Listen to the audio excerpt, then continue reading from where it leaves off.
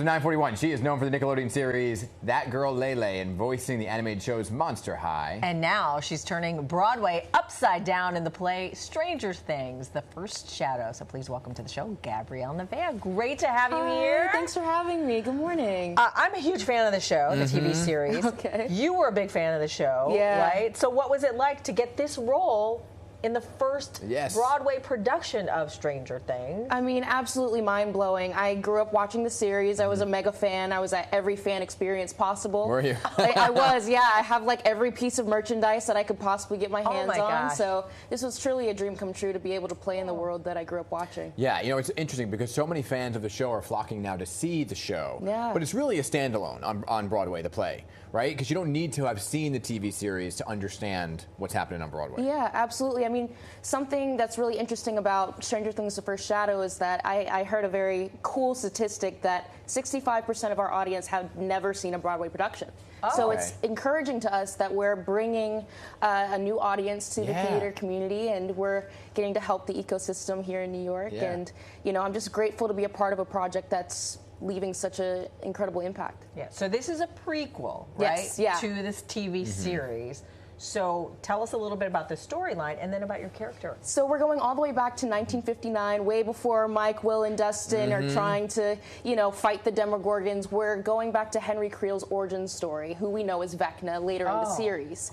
And my character, Patty Newby, is a new character in the Stranger Things universe. She's Bob Newby's adopted sister, and Henry and Patty have a very special relationship that we get to watch unfold through the course of the play.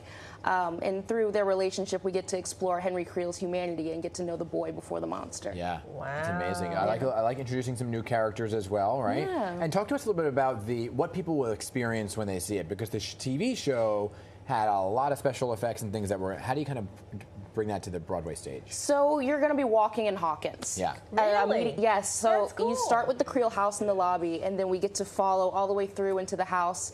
And you're going to be meeting some Demogorgons. You're going to be meeting some characters running through the aisles. And wait, what? I mean, hey, it's an interactive experience. Oh, you know, that. it's all encompassing. The sound design is absolutely fantastic. Yeah. We are taking people into the upside down. So it's an epic experience for people who have seen the series, but if you haven't, we're taking you all the way back to the beginning. Awesome. That is very cool. But this is your Broadway debut. It is. Wow, what was that like? Your first night on stage in a Broadway crowd? It was a dream come true because when I was a kid, I never thought I would have the courage to be on Broadway. I was a very shy kid. I would get up in front of the class and kind of do the thing where you sway back and forth, and I wouldn't look up from my note cards. So it was something that felt so far out of reach. It was kind of a thing of like, you can't even speak in front of 15 people. What makes you think that you can perform in front of 2,000?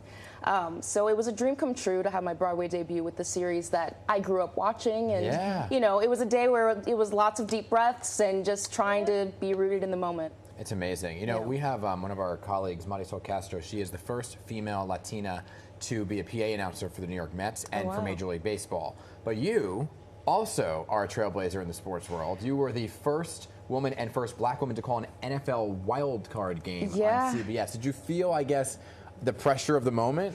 I think I was more nervous to do that opposed to be on Broadway. Yeah, How did because that happen? I mean, it was an opportunity that was brought to me by Nickelodeon, and it was a really great experience. I was not a part of the sports world, but that was the point of the broadcast. I was supposed to be the voice of the kids who maybe had never seen a football game. So, you know, I'm grateful to be doing something similar with Stranger Things: The First Shadow, of bringing people who have maybe never seen a Broadway production and being their introduction. I feel like you're very inspirational also because you talk about what you were like as a kid, being afraid to stand in front of your classmates, reading on note cards.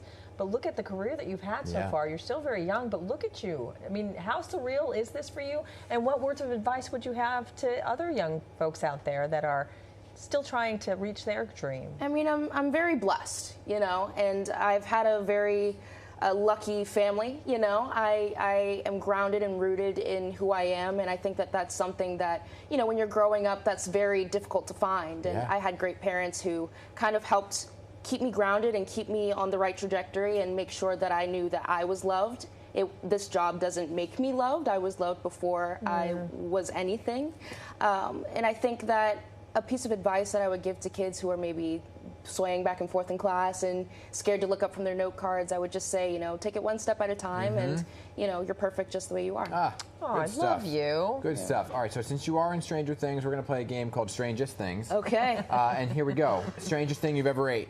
Strangest thing I've ever eaten. I would say, oh gosh, probably something off of the floor? Oh, I don't know. Okay. That's weird. Yeah, 5-second rule. That's the bravest thing she ever did. Strangest thing you ever wore? Strangest thing I've ever worn. For one time, the Kids' Choice Awards, I wore this flower kind of tube top situation that I helped design. So that was cool. That was kind of strange. Okay. Yeah. Strangest thing you've ever texted somebody, but to the wrong person? Ooh, embarrassing. I think probably just some like friend pictures, and it's like had a great time, but it was the wrong person. Wrong person. Yeah. Oh my gosh, Gabrielle, thanks so much for coming in. Congratulations on your career and your new role in Stranger Things. Thanks for having me.